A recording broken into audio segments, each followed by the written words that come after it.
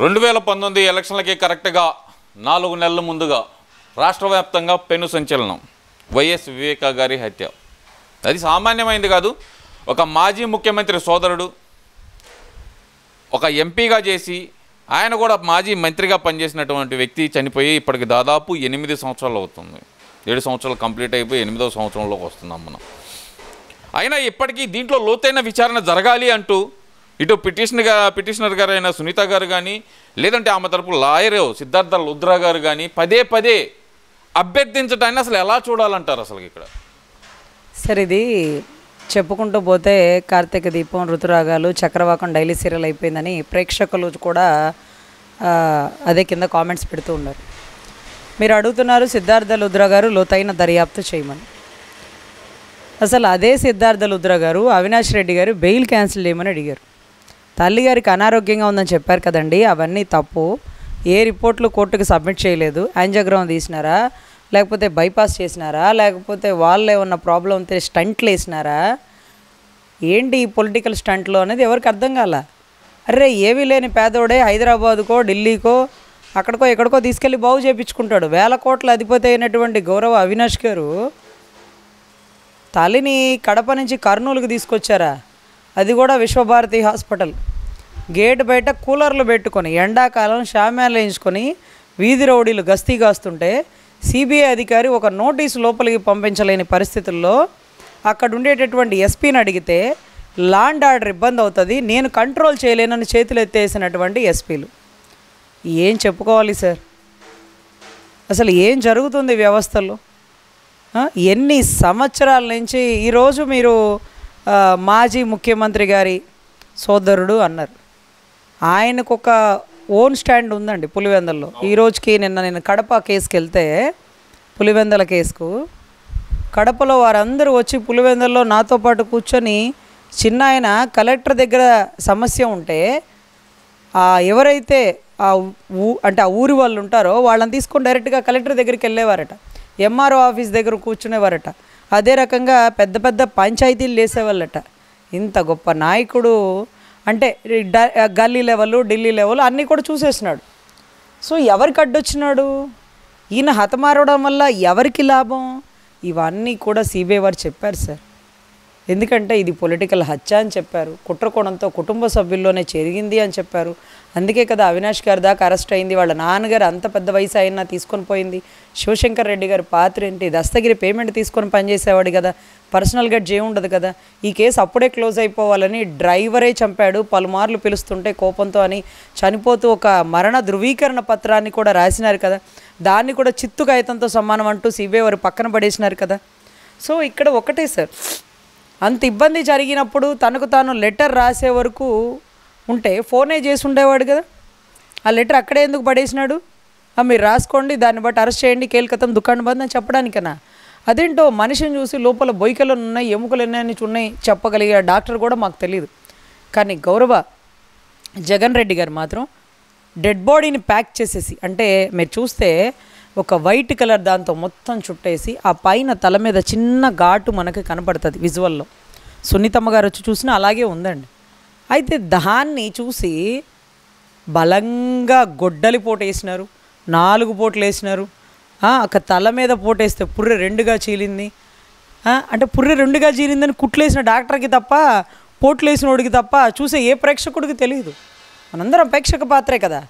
అటువంటిది జగన్ రెడ్డి గారు స్కాన్ చేసి ఎక్స్రేలో ఏ ప్రాబ్లం ఉందో చెప్పినట్టుగా, ఎక్స్రే చూసి బోన్స్లో ఏ సమస్య ఉందో చెప్పినట్టుగా అలా ఎలా అవలీలగా చెప్పేసినాడు. ఇలాంటి వాడు కదా కావాలి సిబిఐలో పనిచేయాల్సింది అనేటటువంటి పరిస్థితి వచ్చిందండి.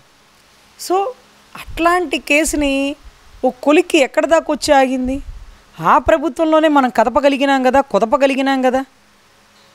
రానన్న సిబిఐని రప్పించి సిబిఐతో కూడా పని చేయించినాం కదా.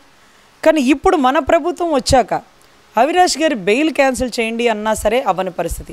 అవినాష్ గారు బయట ఉంటే లాండ్ ఆర్డర్ ఇబ్బందికర పరిస్థితులు నడుస్తుంది, కేసుని ప్రభావితం చేస్తాడు అంటే ఆ గవర్నమెంట్లోనే ప్రభావితం చేస్తాడు. తర్వాత ఆ గవర్నమెంట్ ముఖ్యమంత్రి మీద అస్సలే నమ్మకం లేదు అంటూ ఆ సునీతమ్మ గారు తెలంగాణ కోర్టును ఆశ్రయించారు. మరి ఏం జరుగుతుందో తెలియట్లేదు సార్. ఈరోజు పాపం సిద్ధార్థ లుద్రా గారు చాలా ధైర్యం చేసి ప్రాణాన్ని పడంగా పెట్టి ఒక న్యాయవాది దీని మీద ఇంకా లోతైన దర్యాప్తు చేయమంటున్నారు. సో నేను ఒకటే చెప్తున్నాను సార్, లోతైన దర్యాప్తు చేసే ముందు బెయిల్ క్యాన్సిల్ అయ్యి ముందు కొంతమందిని కస్టడీలోకి తీసుకోండి. ఏ 8 దాకా వచ్చినప్పుడు ఏ 8 ఇచ్చే వాంగ్మూలాన్ని బట్టి 9ని 10ని కస్టడీలోకి తీసుకోండి.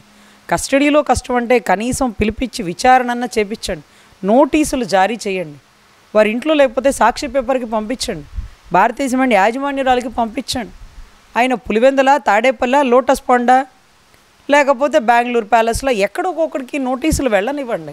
అసలు కనీసం పిలిచి పిల్లనిచ్చినట్టుగా కనీసం పిలిచి మర్యాదగా టీ బిస్కెట్లు ఇచ్చి కొన్ని ప్రశ్నలు అడగండి అంటూ ప్రజలు చాలా ఎదురు చూస్తూ ఉన్నారండి. గత ప్రభుత్వం నుంచి కూడా, మన ప్రభుత్వం వచ్చి కూడా 16 నెలలు అయినాయి, ఇంకా కూడా జగన్ గారిని ఎందుకు కుదపలేదు, సిబిఐ ఇంకా కూడా నిమ్మక నీరెత్తినట్టు ఎందుకు అట్లే ఉంది.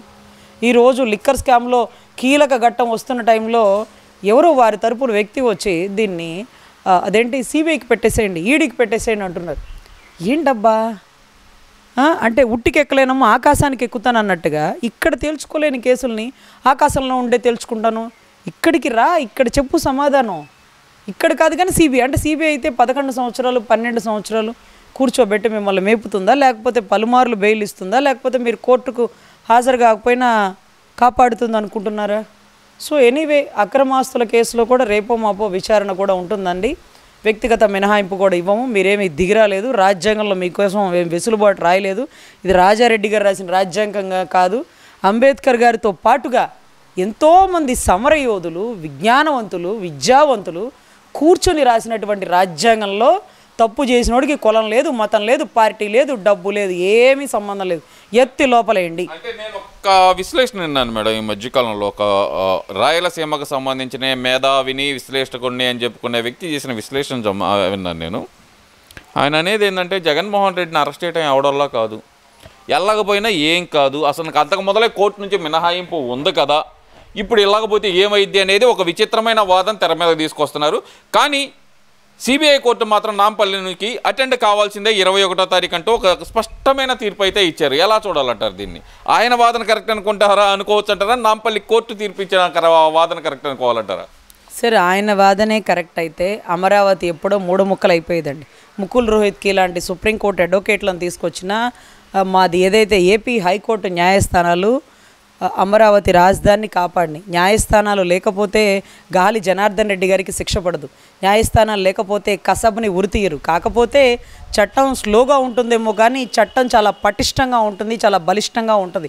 ఈరోజు వెసులుబాటు పొద్దుగూకులు దుప్పట్లు కప్పి నిద్రపోతున్నాం, ఏసీలో ఉన్నాం, లేకపోతే ప్రజా దర్బార్లో పనిచేస్తున్నాం అంటే చక్క భజన కబుర్లు చేస్తుంటే మీరు ఎక్కడెక్కడ తిరిగినారు, ఎన్నెన్ని విన్యాసాలు చేసినారు, లండన్ టూర్కి వెళ్ళడానికి ఉన్నంత తీరిక, గడప గడపకి పాదయాత్ర చేస్తానన్న తీరిక మా కోర్టుకి ఎందుకు రాలేకపోతున్నారు అంటూ కోర్టు వారు కూడా చాలా స్ట్రిక్ట్గా ఉంటారండి. డిసిప్లిన్ యాక్షన్ కూడా ఉంటుంది. అదంతా ఒక ఎత్తు అయితే సుప్రీంకోర్టు వారు ఎప్పుడో అంటే కేసుల్లో ఉన్న ముద్దాయిలు ఉంటే తొందరగా క్లియర్ చేసుకోవాలి. నేరగాళ్ళు రాజకీయంలో చేస్తే ఇంకా అమాయకులని ఈ నేరగాళ్లే పరిపాలిస్తే ఇక ఎట్లా? ఒక మేధావి మౌనంగా ఉండకూడదు అనే సామెతకి మేధావి ఎవరు అంటే న్యాయస్థానాలు మౌనంగా ఉంటే అవినీతి చెలరేగిపోతుంది, అక్రమార్కులు పరిపాలించేస్తారు. సో దయచేసి మేధావులైనటువంటి న్యాయస్థానాలు నోరు విప్పి గర్జించకపోతే